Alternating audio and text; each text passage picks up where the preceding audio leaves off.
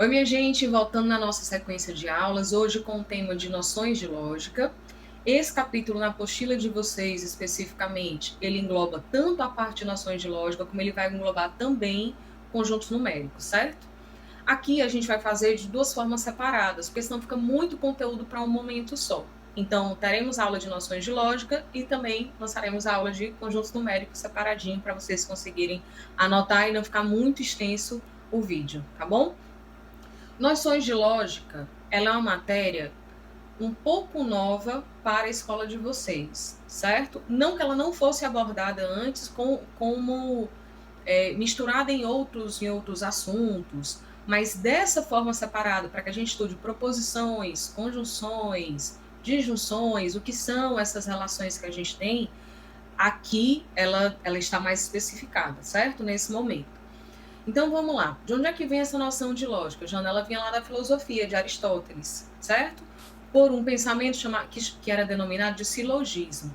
Esse pensamento, ele dizia que existem afirmativas lógicas. Afirmações lógicas, eu não estou dizendo que todas elas precisam ser verdadeiras. Estou dizendo que elas têm uma lógica, podendo ser verdadeira ou falsa, certo? Então, primeiro, que são proposições, né? O que é isso que é chamado de proposições? Se a gente for fazer alguma relação diante do que a gente já viu, a gente vai entender que proposição ela é um tipo de afirmativa, de afirmação. Essa afirmação, ela ganha valor lógico verdadeiro ou valor lógico falso, tá? Então, as proposições são palavras ou símbolos que indicam afirmações de fatos ou de ideias.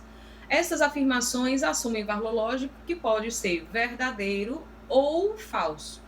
Entenda bem que eu estou dizendo verdadeiro ou falso. Eu estou excluindo uma proposição da outra, uma condição lógica da outra condição lógica. Aí você pode me perguntar, Jana, vamos lá. Eu, Janaína, amo brócolis. Então eu posso dizer, gente, brócolis é delicioso. E aí você pode dizer, ah, não, Jana, é relativo. Mas aí, porque para mim, brócolis já não é. Entenda, nesse momento, a proposição, ela vai fazer lógica com quem afirma.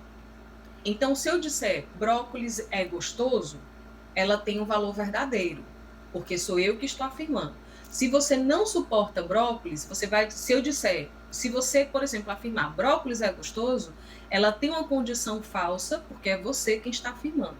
Mas, ao mesmo tempo, essa proposição para uma mesma pessoa, ela não pode ser verdadeira e falsa, certo? Ou ela assume um valor, ou ela assume outro valor. Para a representação de uma proposição, comumente utilizamos as letras P e Q. Já não posso utilizar outras? Com certeza, mas elas são um padrão, tá? Dentro desse raciocínio. Então, vamos lá para alguns exemplos de proposições para a gente conseguir entender o que são essas afirmações, tá? Então, quando eu digo o Uruguai está localizado na América do Sul, ela tem um valor verdadeiro. De fato, o Uruguai está localizado na América do Sul. Se eu digo que Júpiter é um planeta do sistema solar, essa proposição ela também é verdadeira. Agora, se eu digo isso daqui, ó, 1 meio é 0,5, a minha proposição também assume verdade, 1 sobre 2 fazendo essa divisão é 0,5. Agora, se eu disser que raiz de 2 é 1, essa proposição ela é falsa, tá? Então, entendo, ou a gente assume um valor verdade ou a gente assume um valor falso para cada proposição. Ela não pode ter os dois valores de ser verdadeiro e de ser falso na mesma condição, certo? E aí eu coloquei aqui duas observações para a gente poder entender esses princípios. Uma proposição não pode ser ao mesmo tempo, não pode ser ao mesmo tempo verdadeira e falsa. Esse princípio é o princípio da não contradição, tá? E não existe a possibilidade de uma terceira situação, diferente de verdadeiro ou falso. Eu não tenho como dizer, ah, não, isso aqui nem é verdadeiro, nem é falso. Isso daqui é tal coisa que eu estou inventando. Para proposições ou verdade ou falsidade, certo? Que esse daqui é o princípio do terceiro excluído. O que é o terceiro excluído? Existe uma terceira opção que ela está totalmente excluída de ser colocada ou estudada, tá bom? Vamos lá para as operações. Nas operações, aqui em específico, a gente vai abordar 3 operações, tá? Negação, conjunção e adjunção. O que seria uma negação, Jana? Vamos lá. A negação, ela representa o valor lógico oposto de uma dada proposição. Então, ele seria o valor oposto da minha proposição.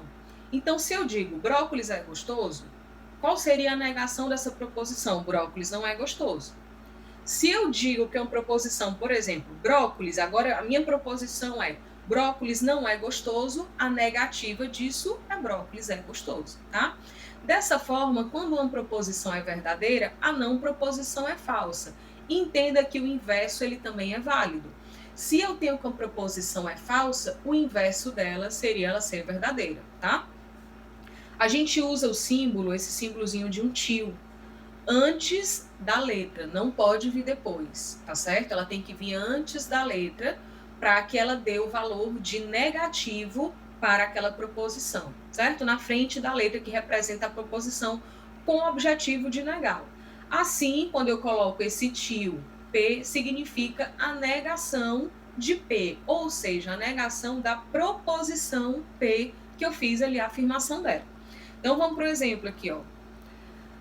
Por exemplo, se eu disser, ó, meu cachorro late muito, com a negação disso daqui, meu cachorro não late muito. E aí eu quero que vocês prestem bastante atenção nesses quadros de valor, nessas tabelas verdades, tá? Que eu vou trabalhar com vocês durante principalmente essa primeira parte da aula. Ela faz muita lógica, vamos entender. Se eu tenho uma proposição que, por exemplo, ela é verdadeira, obviamente a negativa dessa proposição vai ser falsa. Do mesmo jeito que o contrário vai ser válido. Se eu trabalho com uma proposição que ela tem um valor lógico falso, a negativa dela vai ter um valor lógico verdadeiro, certo? Então, das proposições, a negação das proposições, esse daqui é o básico. Se eu digo algo, uma proposição verdadeira, a negativa dela é falsa. Se eu digo uma proposição falsa, a negativa dela é verdadeira, certo? A gente vai para os exemplos no final da aula, como a gente já vem fazendo para todas as aulas com vocês. E aí a gente vai para a conjunção. Jana, o que é a conjunção? A conjunção, primeira coisa, ela vai ter esse valorzinho, vou até escrever aqui para vocês, ou ela vai ser simbolizada pelo E, ou então ela vai ser simbolizada por esse acentinho circunflexo, tá? Então, o que é uma conjunção? Ela é utilizada quando as proposições, quando entre as proposições vai existir o conectivo E. Então, eu vou dizer, por exemplo, eu vou acordar cedo e eu vou trabalhar. Eu dei duas proposições, dentre elas eu joguei o conectivo E. Essa operação será verdadeira quando todas as proposições forem verdadeiras. Isso daqui é muito importante. Anotem aí se vocês estiverem fazendo resumo. Então, essa proposição será verdadeira, essa operação, perdão, quando as duas proposições forem verdadeiras. Então, a conjunção, dentro da conjunção, quando eu vou fazer duas afirmativas que elas estão ligadas por um conectivo E, ou seja, elas estão em conjunção, para que essa conjunção seja verdadeira, as duas afirmativas precisam ter valor lógico de verdade. Se uma delas for falsa, essa conjunção ela assume valor falso, certo? A gente vai para a tabela para poder ficar melhor explicado.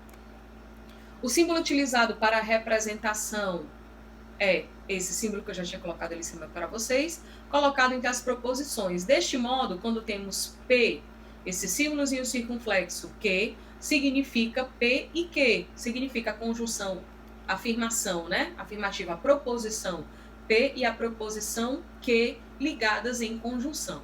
E aí vamos então para a tabela do valor verdade agora. Vou colocar aqui de outra cor para poder ficar mais lógico.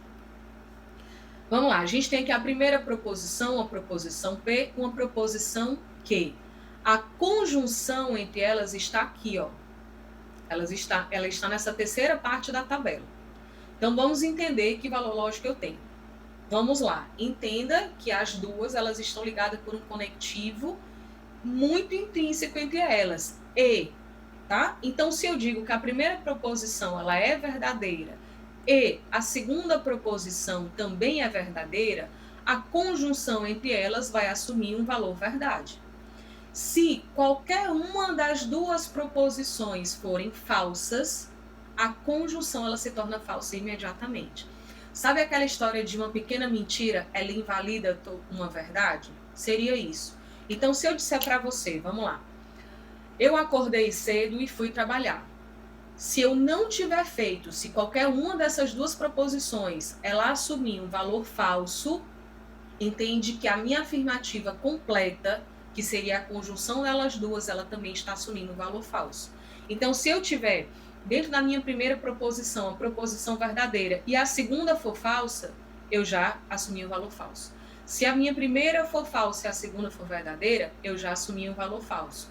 Jana, se a primeira for falsa e a segunda for falsa, o valor lógico vai ser também de ser falso. Tá? Vamos então para o raciocínio da disjunção. Voltando aqui na conjunção, que foi que a gente fez o valor do conectivo. A gente usou um conectivo e. Então, para que esse valor da conjunção completa ele se torne verdadeiro com as duas proposições, ambas têm que ser verdadeiras. Se uma delas for falsa ou as duas forem falsas, ela assume o valor falso. Na disjunção, o que é que a gente tem? Nessa operação, o resultado será verdadeiro quando pelo menos uma das proposições é verdadeira. Então, o valor lógico dela será verdadeiro. Então, mais uma vez, eu vou usar duas proposições. Aqui, eu vou usar o ou. A gente vai explicar já já. Aqui, a gente vai usar o ou. Então, quando eu digo que ou eu vou acordar cedo ou eu vou trabalhar, eu posso fazer as duas coisas. Mas se eu fizer uma delas, eu já estou assumindo o valor de verdade, tá? Logo, será falso apenas quando todas as proposições forem falsas. Para que eu faça um valor falso numa disjunção, as duas têm que estar falsas. Eu tenho que mentir nas duas delas, né? Vamos colocar assim entre aspas. As duas têm que ser falsas. É usado quando entre as proposições existe o conectivo ou, e para representar essa operação a gente utiliza como se fosse um Vzinho minúsculo, né? Então, quando eu digo aqui, P ou Q, ele pode ser simbolizado também pela fórmula da gente colocar P ou Q. Essa daqui é uma disjunção. Vamos, então, para a tabela de valor lógico, que é a tabela verdade, para a gente conseguir entender. Vamos lá. Se na minha primeira proposição, então aqui eu tenho mais uma vez, primeira proposição, segunda proposição, e esse valor aqui, a disjunção. Tá? Então, se a minha primeira proposição ela é uma proposição verdadeira e a minha segunda proposição ela também é uma proposição verdadeira, eu assumo um valor verdade. Aqui, lembrando que a gente está usando o conectivo ou. Então, ou a primeira é verdadeira ou a segunda é verdadeira, eu assumo o valor verdadeiro. Se a primeira é verdadeira ou a segunda é falsa, ainda assim eu assumo um valor verdade, porque a minha primeira assumiu o valor verdade. Se a minha primeira é falsa ou a minha segunda é verdadeira, eu continuo assumindo o valor verdade, porque uma das duas vai ter o valor verdade, ou uma ou outra. Agora, se eu tenho que a minha primeira é falsa e a minha segunda é falsa, eu estou assumindo um valor falso, porque as duas são falsas, certo?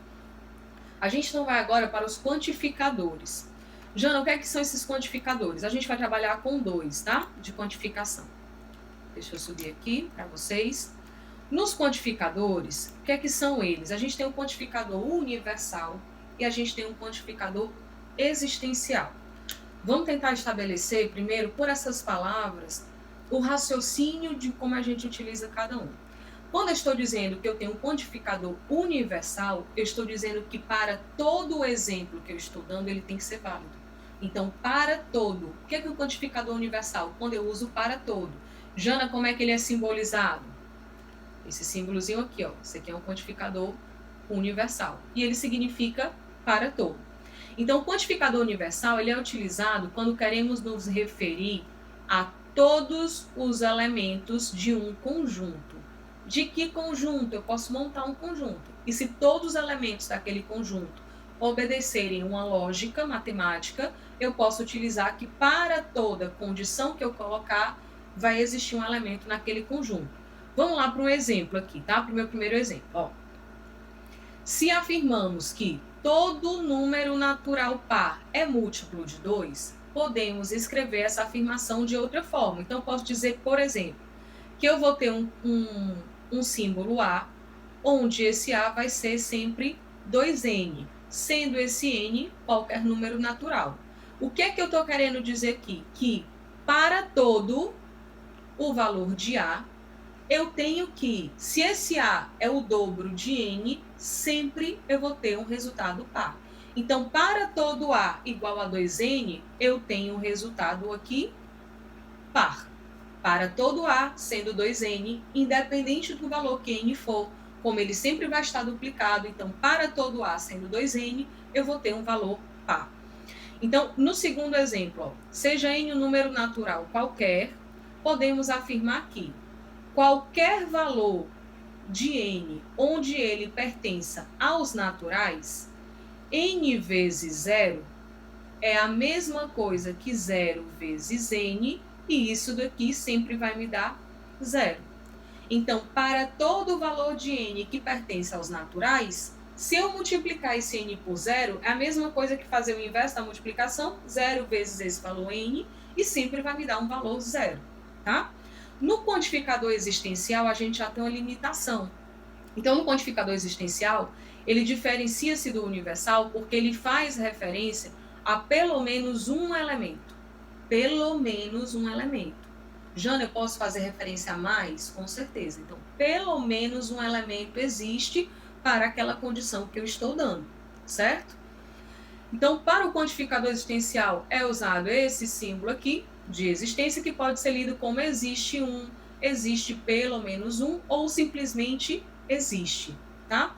Vou então para esse exemplo aqui que eu vou falar melhor para vocês. Ó, existe pelo menos, ou então existe um número, ou existe pelo menos um número natural que, subtraído de seu quadrado, resulta em zero. O que é que eu estou dizendo? Que existe um número que pertence aos naturais, onde, quando ele é subtraído do seu quadrado, ele dá zero. Então, estou dizendo aqui que n2 menos n me dá zero. Jana, existe esse valor? Não existe, existe pelo menos um desse valor. Vou colocar aqui o n em evidência. Então, isso aqui fica n menos 1 igual a zero. Tendo essa equação, a gente pode, por isso daqui são multiplicação, a gente iguala ou o meu n a zero, ou a gente iguala o n menos 1 a zero.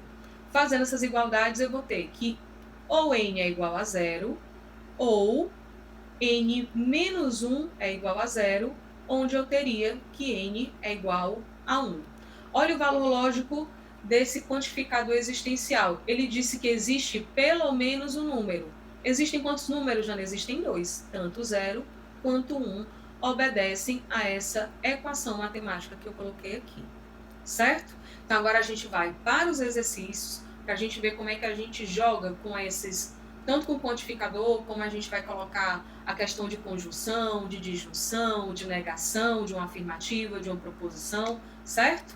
Vamos então agora para os exercícios.